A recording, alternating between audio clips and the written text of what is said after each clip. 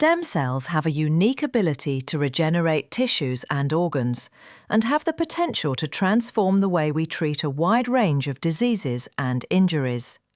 Stem cells are unspecialized and can transform into various cell types as needed.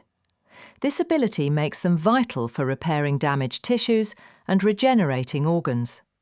Stem cells are unique because they can self-renew, create identical copies for continuous supply, and differentiate, transform into specialized cells like muscle, nerve, or blood.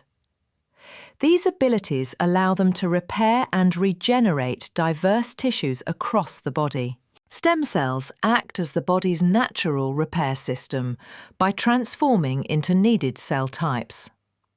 Their regenerative ability helps heal injuries, restore tissues, and combat degenerative diseases, making them vital for treating a wide range of conditions.